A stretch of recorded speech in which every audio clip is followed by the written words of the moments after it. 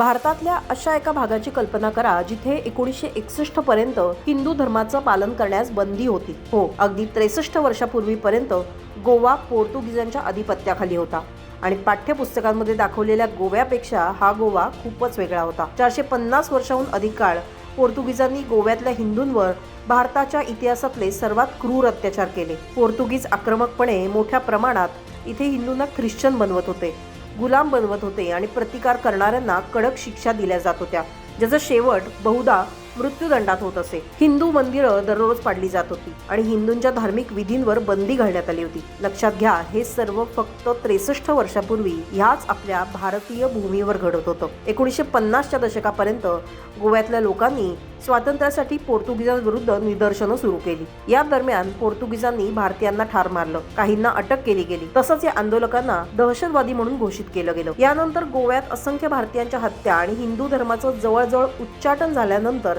18 डिसेंबर 1961 रोजी भारत सरकारने अखेर या राज्यात भारतीय सशस्त्र दल तैनात केलं, जे नंतर ऑपरेशन विजय म्हणून ओळखलं गेलं. अवघ्या 36 तासात भारतीय लष्कर, नौदल आणि हवाई दलाने गोव्याला संपूर्ण बाजूनी वेढा घातला. पोर्तुगीजांचे संपर्क मार्ग पूर्णपणे बंद करण्यात आले, त्यांचे तळ ताब्यात घेतले गेले, त्यांच्या प्रमुख जागा उद्ध्वस्त केल्या गेल्या आणि त्यांना आत्मसमर्पण करण्यास भाग पाडलं गेलं. आणि म्हणूनच आपण आज गोवा मुक्ती दिन साजरा करतो. गोव्याच्या मुक्ततेबरोबर भारतीय भूमीवरील परकीय सत्तेचा अंत झाला आणि म्हणूनच हा दिवस भारतासाठीही खूप महत्त्वाचा ठरतो. मात्र या व्हिडिओच्या अखेरीस हा प्रश्न आपल्या सगळ्यांच्याच मनात यायला हवा, तो म्हणजे 1947 मध्ये भारताच्या स्वातंत्र्यानंतर भारत सरकारने पोर्तुगीजांना भारतीय भूमीवर राज्य का करू दिलं? 1961 पर्यंत 14 वर्ष भारतीयांना भयानक अत्याचार सहन करण्याची वेळ का आली? याबद्दल तुम्हाला काय वाटतंय? तुमचं मत आम्हाला कमेंटमध्ये नक्की कळवा.